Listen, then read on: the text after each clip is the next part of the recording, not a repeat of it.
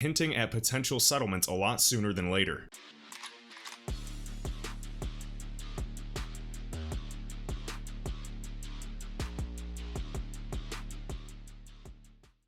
What's up guys, Kevin Cage back with another XRP update. First things first, wanted to highlight BitBoy sharing that XRP is going to rip and he is calling a $22 price. It's a 48-second clip, I did in fact retweet it, I don't want to play it because of copyright. Here's his price prediction, I'll try to just play this quick clip.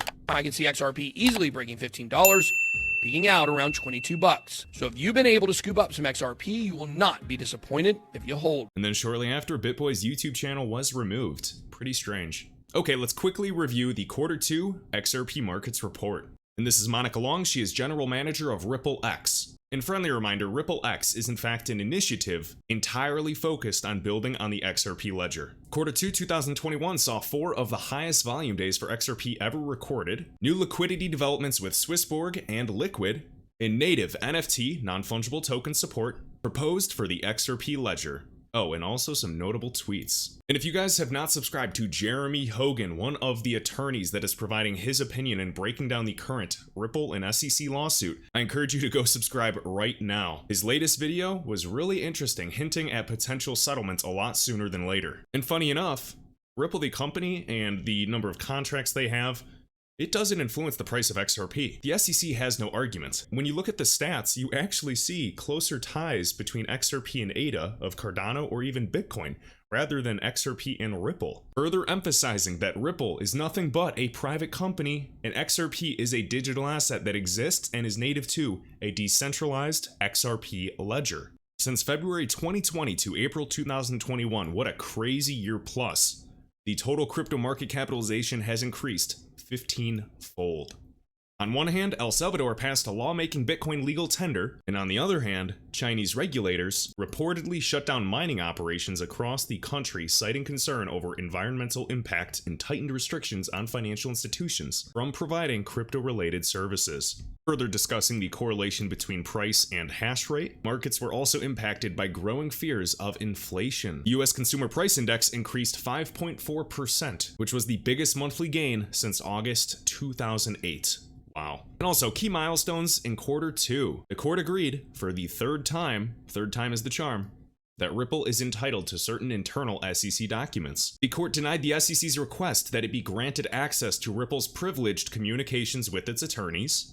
And the proper focus of Ripple's fair notice defense is on the SEC's failure to provide fair notice to the market about the commissioner's state of mind as to whether XRP qualified as a security. I'm extremely confident that XRP will get the clarity it deserves on a going forward basis. But please know the risks of both ends. I'm a bit more hard-headed and aggressive than the average person. And of course, right on Ripple's website, this whole article is here, and you guys can actually click and find the judge's full opinion right there. You can see the total sales for OnDemand Liquidity. You can see the global XRP volume. Total XRP volume in billions of dollars is going up, essentially doubling. You can see its volatility was a bit more volatile than Bitcoin and Ethereum, primarily because of that huge April jump for XRP, the laggard, the last asset to move, because Bitcoin obviously had the huge run up by end of year of last year, and then ETH started running up, and then XRP started running hard in the very beginning of April, going from what, 57 cents to $1.90 plus? And I do believe that will happen again. And out of the 3 billion, because 1 billion each month are released from escrow, they actually returned 2.7 billion, which means barely any XRP was dumped on the market. We can see Swissborg, a blockchain-based platform, launched an XRP Smart Yield wallet to earn yield on XRP. Very cool. In addition, Swissborg did in fact list XRP to trade XRP with 16 cryptos and 15 other fiat currencies. And of course, Liquid did in fact announce that they can earn yield on XRP as well through Liquid Earn. So many other organizations continue to carry on listing XRP as well. Because Switzerland, Singapore, Japan, the United Kingdom are but a few of the nations that have declared XRP to not be a security. They said it's fine. And I mean, this just came out on the 27th. First live ODL liquidity offering in Japan. They're being used by Japan and the Philippines on a daily basis today. And yes, Kevin, it is very little XRP, but this is how it starts. Trickle, trickle, trickle, then flood. Developing liquidity, getting that volume up, and turning up that volume. Turning up that faucet and letting that liquidity flow. One of the top 10 largest in the world. And of course, tokenization is very, very exciting. I think we're all aware of the benefits of everything getting tokenized, whether that's collectibles, real estate, art, Intellectual property, as it says right here, equities, possibilities are limitless. And with over 5,000 tokens issued since inception, the XRP ledger was designed with the DEX, a decentralized exchange, and characteristics to handle all types of currencies or assets efficiently. So I know we had this announcement. Ripple announces its investment in Mintable, which is a giant NFT marketplace. And just to give you some numbers, in 2020 alone, gaming, and I'm sure you guys are familiar with V-Bucks and Fortnite and everything else in between and all the new games today, gaming saw consumers spend a collective $54 billion on virtual goods to own. So I know the old timers think it's funny. Oh, that's not even real. Well, the younger generations are aware of the benefits of digitalization and tokenized assets, and that's the market that will be growing. Trends are your friends. We're going to be watching this trend continue on. So of course, the XRP ledger is one of the few ledgers that would be perfect for an NFT marketplace as well. And most importantly, RippleNet prepares enterprise for crypto. The European on-demand liquidity transactions have grown by 250% compared to 2020. Making up over 40% of all on-demand liquidity transactions year to date. In addition, APAC continues to trend positively with the announcement of Novati. And please recall what I showed just a few videos ago with the on-demand liquidity patent that was filed by Ripple Labs, using XRP as the bridge asset. There are massive plans for on-demand liquidity to really get moving. And for now, yeah, they'll stay out of the US in terms of ODL usage, but that will not stop them. Look at the market. 80% plus, and I'm being conservative, 80% plus of all RippleNet clients are outside of the US, and 80% plus of all the volume that they have is outside of the US. The SEC has to either make a decision and come to settlements ASAP, or they can keep trying to delay the inevitable. But it's not going to stop XRP. In the XRP ledger, a decentralized network. And of course, these remittances were focused on Australia and the Philippines. So now we have Australia and the Philippines, we have the Philippines and Japan, of course we have Singapore, we have Malaysia, we have the UK, we have Switzerland, we have Brazil, which will be one of the big ones throughout Latin America. I think the future is bright. So don't sweat the small stuff, it is all small stuff. Okay, also guys, if you are not following Fame21 More, he's a must follow on Twitter as well as YouTube, XRP Darren. And he has HDFC. They are India's largest private sector bank by assets. And what does he have here? Well, we can see business case data. We have Ripple, the entity. Some customers include MoneyGram, Asimo, HDFC, American Express, of course, and they have that joint venture with Lian into China. We've talked about Siam, of course, out of Thailand, CIMB, and Santander. Beautiful, and now discussing RippleNet right here, 55 plus countries, 6 continents, payout capabilities in 70 plus countries, allowing ODL to source capital. You can talk about line of credit for XRP, which is specific demand for XRP, or utility, I should say.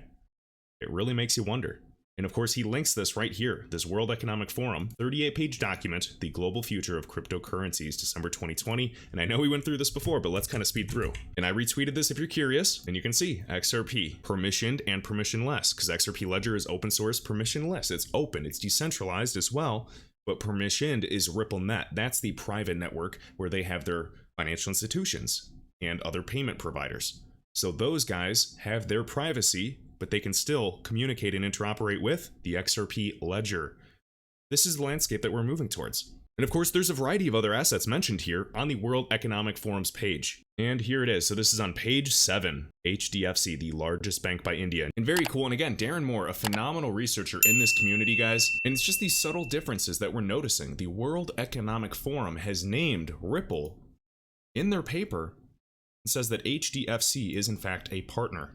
And of course, this reminds me of Dr. Rajan, who is the former governor of the Reserve Bank of India, speaking at Ripple's annual event, talking about XRP, talking about central bank digital currencies, talking about financial inclusion and blockchain adoption. And here he is on stage again with Navin Gupta of Ripple, cross-border payments, tokenization, central banking, and more. And you guys can click this. It does in fact work, because I was able to watch it right here and I still have it under my likes. And if you guys remember the early days of Ripple in their plan in spreading out XRP and making it more decentralized in terms of holdings, one of their actual talks, and I know they didn't do it, but they did in fact talk about it, distributing XRP to a bunch of Indian citizens as well. Obviously one of the BRICS nations and one of the biggest countries in the world. Next up, shared by Flare Community. So thank you, sir. Bitso is doing the right thing, and they are distributing Songbird for those that participated in the Flare Network Snapshot. For anybody that did in fact participate on the Flare Network Snapshot on Bitso, you will be getting your Songbird tokens. Because the XRP community will get Flare, we're also going to get DFlare, and then we're also getting Songbird, so 3 tokens for free by being XRP holders. Also made a quick thread to reference what I shared in the previous video.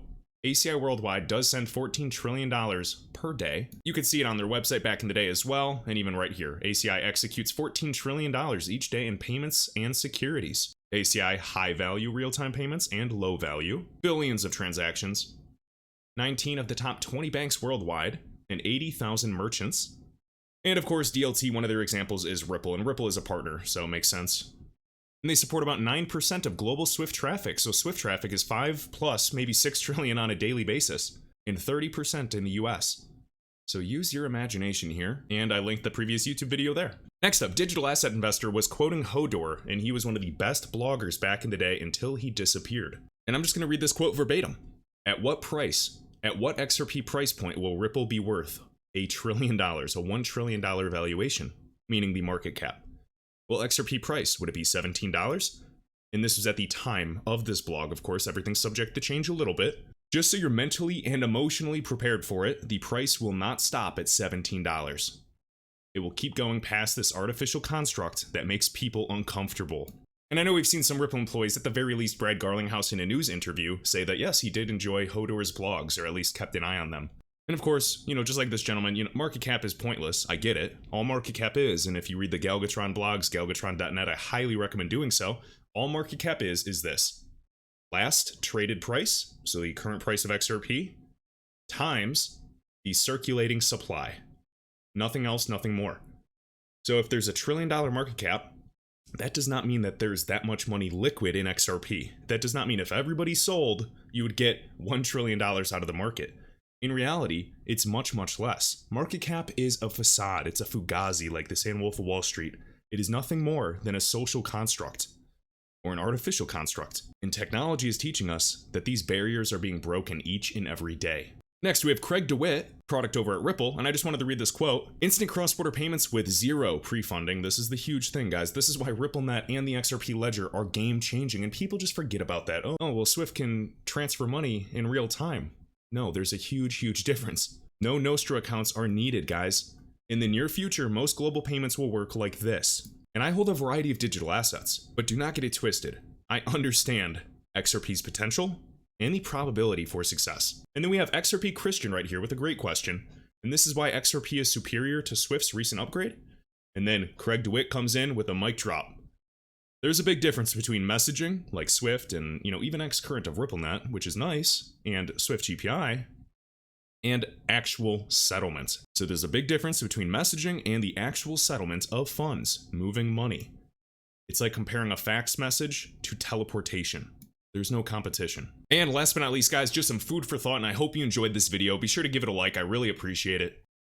Early Ethereum investors, ETH holders, were and still are extremely successful. You're talking about an asset that was sub $10 just a few years ago, and it's over $2,000 today. They had the same level of conviction for their asset. They believed in their asset regardless of price, and they kept their eyes on the vision and the potential of Ethereum.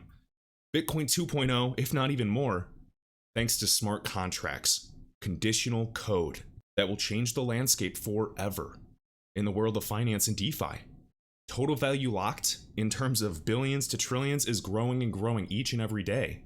And thanks to ETH, we created essentially all of these altcoins, this alternative market, and the technology is only getting better and improving. And the competition and the cooperation, this co-opetition, is driving us further than ever before. So this is something to apply with your portfolio today. Whether you hold XRP or any other digital asset for that matter, there's no right way, there is just your way. They kept their eyes on the prize, they weren't distracted by current price, and they made it. Much love, guys. I'll catch you in the next one.